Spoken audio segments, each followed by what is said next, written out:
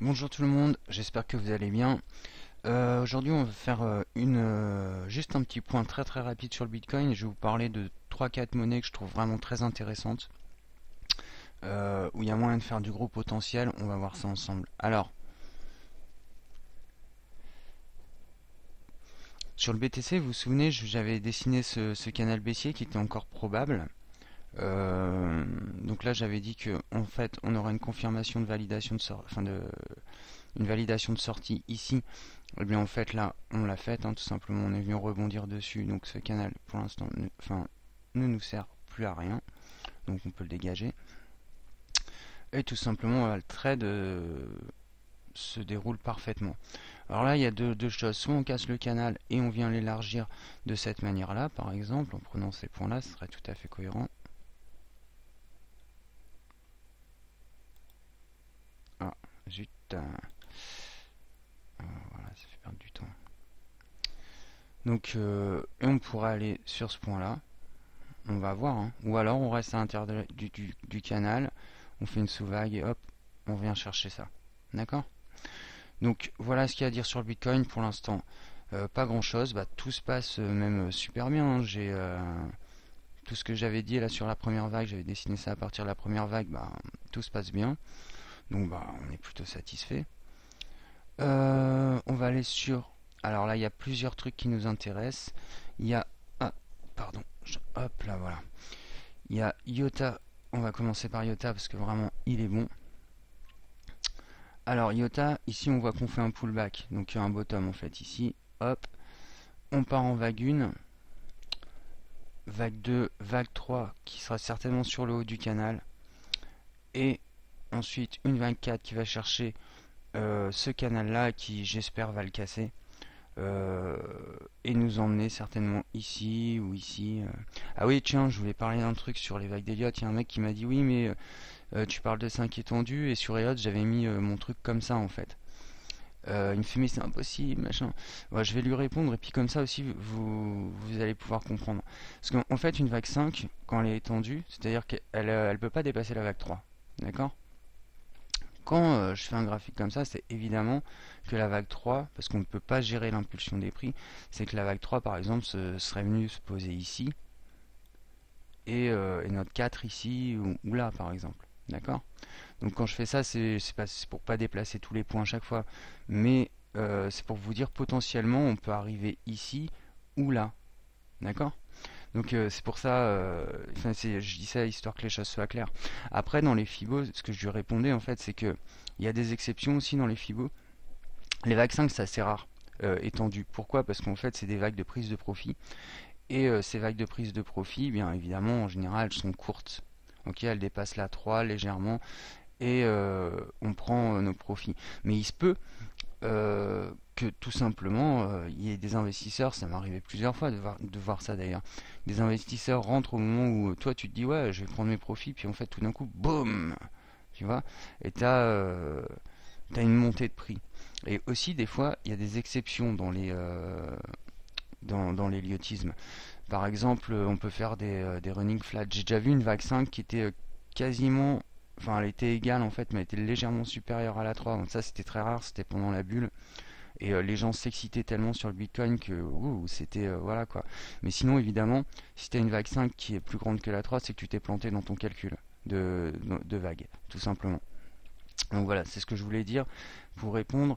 Et après, il existe aussi, donc c'est des théories, et les théories évidemment, ça reste de la théorie. Ok, ce qu'il faut dans le trading, c'est utiliser les théories, les indicateurs, identifier les cadres et savoir dans quel contexte on est, tout simplement, quelle tendance, etc., etc.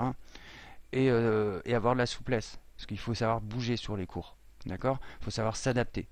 Si t'as pas de souplesse et d'adaptabilité, euh, tu t'en sortiras pas en trading, tout simplement. Il faut avoir des connaissances solides, savoir être souple, savoir s'adapter, savoir identifier les cadres, savoir gérer son risque. Enfin voilà, en gros, hein, les grandes lignes. Donc voilà, c'était juste pour dire ça. Allez, on repart sur nos monnaies. Alors IOTA, ouais. IOTA qui est super intéressant parce que là vraiment, on va regarder combien il nous a fait. Alors moi je suis rentré, je vais vous dire après sur quoi je suis rentré. Là, il nous a déjà fait un 38%. Je suis rentré sur Iota, je suis rentré sur San, Ada et c'est quoi l'autre? Elf, voilà, c'est ça. Et on va voir ça et j'en ai repéré deux trois aussi qui sont intéressantes à côté. Donc là, évidemment, donc là, ça serait arriver sur le break comme ça, aller ici et taper une vague 5 qui pourra aller là, ce qui serait très intéressant. Tiens, je vais virer la baissée là pour l'instant, il sert à rien. J'ai descendu tout à l'heure, hop. Donc là, on pourrait espérer ça, ce qui va nous donner un trade, j'espère, 89%, ça serait super. Donc voilà, là pour moi, on est bien. Moi, je suis entré ici là, sur Iota. Et bah ça va, je suis plutôt content pour l'instant. Alors San, c'est une monnaie que peu de gens parlent et pourtant c'est une super monnaie. Alors je vais vous montrer pourquoi. Moi je la trade énormément, elle est sur Bitfinex et sur, je sais plus si c'est Bitrex ou Binance. Là on a déjà fait 40%. Ok. Donc là pour moi on a fait notre vague de ici, on arrive ici, on va aller chercher ces zones là. Ok, sans doute on y est peut-être là d'ailleurs. Venir faire une petite vague 4 comme ça et une vague 5 qui viendrait peut-être sur le haut de la bougie ou ici. Ça me paraîtrait tout à fait probable. Ok, donc ça me paraît être des scénarios qui sont très intéressants, ce qui nous donne des trades à combien là on serait. Hop, ce qui nous donne des trades à tout simplement, hop, hop, hop, 55%. On pourrait peut-être même monter plus, on va voir. En tout cas là pour l'instant on va voir s'il y a de l'impulsion haussière parce que ça peut monter bien plus haut en réalité. Donc on est bien sur San, sur le Iota. Je vais faire ETP aussi, pareil disponible sur Bitfinex et je ne sais plus quel exchange. Alors là on a une vague 1 ici, une vague 3 qui devrait, alors soit elle arrive plus haut vers ici ou sur le haut de la bougie s'il y a vraiment de la grosse impulsion, et soit sinon en fait elle se termine là bientôt, elle vient taper une 4 comme ça ou évidemment un peu plus haut et une 5 qui pourrait nous emmener ici. Ok, donc pareil on va vérifier combien ça fait. Tac, moi j'ai pris sur la vague de, non j'ai pas pris le TP en plus, c'est trade à 60%, c'est méchant hein. C'est pour moi là les coins que j'ai vus là dans mon screener qui ont le plus de potentiel là pour moi. Ada aussi. Ada je suis dessus par contre. Bon, on va vérifier ça. Hop. Donc là, de la baisse, on a fait 42% encore. Cool. On est heureux. Et donc là, évidemment, vague 1, vague 2, je pense qu'il a un gros potentiel là, Ada, les gars. Vraiment, je pense que c'est le coin avec Iota et Elf que je vais mettre dans mon top 3 et San évidemment avec. Alors là, je pense que si on dégomme déjà comme ça une belle vague 1, là on va partir ici, quoi. Ok, sur les 20 centimes. Petite correction, hop, on finira le mouvement sur les 21 centimes. On va voir, d'accord. Il se peut qu'on, ouais, il se peut qu'on fasse ça. Moi, je vois bien un scénario comme ça sur le Cardano. Tout va dépendre en fait, hein, tout simplement de l'impulsion qu'on va avoir ici. Est-ce qu'on va casser là par exemple? Parce que c'est aussi possible qu'on fasse ça, hein. Par exemple qu'on fasse hop, on arrive ici et qu'on casse comme ça. Ok. Mais ça me paraît plus parti pour ce schéma là. Donc bon, à voir. Je voulais vous faire alors un dernier. Icon aussi qui est intéressant, on va le prendre aussi. Parce qu'Icon, je trouve que pareil, il a un beau potentiel. Bon, moi, je suis pas dessus, mais je l'ai repéré tout à l'heure. Là, je trouve que si ça part comme ça, ça va faire un très très beau trade de, allez, je sais pas combien, hop, voilà, quasiment du 100%, 80. Ok, donc là on peut identifier ces prix là en fait sur les résistances et les breaks, etc. Donc là à 80 centimes, ensuite venir chercher 1.4 et 1.5 à 98 centimes. Donc on reviendrait potentiellement sur quasiment les 1 euro. Ok, ça c'est pas Icon, hein, c'est ICN. J'ai dit une bêtise. Cash. Cash pareil, gros potentiel. Alors celui-là je l'avais pas vu, je l'ai vu juste tout à l'heure. On est déjà à 50%. Ok. Et là pour moi, c'est avec 3 se fait comme ça et qu'elle a du potentiel, on arrivera ici. Sinon, on tapera là. On fera une vague 4 comme ça et une vague 5 comme ça. D'accord, qui devrait aller chercher sur ces supports là. Évidemment, si on a plus d'impulsion, hop là, on arrive ici et ça devient déjà vachement plus intéressant. Et on arrive à un trade bien cool, d'accord, sur les 36 centimes. Donc on va voir ça, on surveille, ça va dépendre de ce qui va se passer, mais si cette courbe elle prend vraiment de l'impulsion, on va faire un gros gain là-dessus. Et la dernière c'est...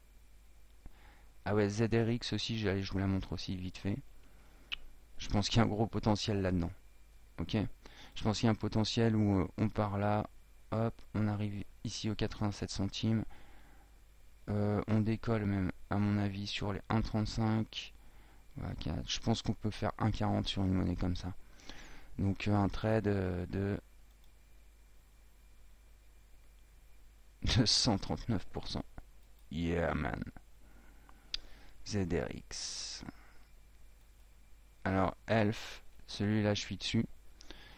Alors il me paraît ultra intéressant. Je pense qu'il peut aller bien plus haut que ça même d'ailleurs. Mais on va voir, d'ailleurs on va voir le potentiel là, combien on a fait. Oh putain, 80, ah ouais, 82% là. Ouais, ça veut dire que là j'en ai fait combien? Oh yes, 70%, nickel. Donc là je pense qu'il peut y avoir encore une impulsion qui va nous amener ici. Une vague 4 qui pourrait nous amener là. Et une vague 5 qui pourrait nous amener au indice. Je vois même des figures plus puissantes. Je vais vous avouer, je pense qu'on pourrait peut-être venir chercher ici. Donc sur les indices, venir claquer notre 4 à 97 et venir chercher notre 5 sur les indices ou sur les 1,25. Ok. J'espère que ça sera ça, hein, d'ailleurs, ça va nous donner des trades qui vont être... donc, à la première, on était là, indice... 131%, putain. Ça va, non? Elle est pas belle, la vie? Ou sinon, 160. Donc, voilà. Pour moi, c'est les coins les plus intéressants, là. De tout ce que j'ai pu sortir de mon screener, c'est vraiment ce que j'ai trouvé de bien. Il y a d'autres coins hein, qui font aussi des beaux trucs. Mais pour moi, ceux qui ont un potentiel vraiment intéressant et moins risqué, c'est ceux-là. Ok. Bon bah voilà les gars, je ferai une vidéo dans 2 jours, juste un petit point BTC. On verra, enfin ça dépend, demain ou après-demain. Je pense plus après-demain, selon ce qui se passe sur le BTC. Et puis je ferai une vidéo plus longue sur tous les autres coins, évidemment ceux-là pour les suivre. Et voilà. Donc, je vous souhaite une bonne journée, une bonne après-midi. Tradez bien. Ciao les gars.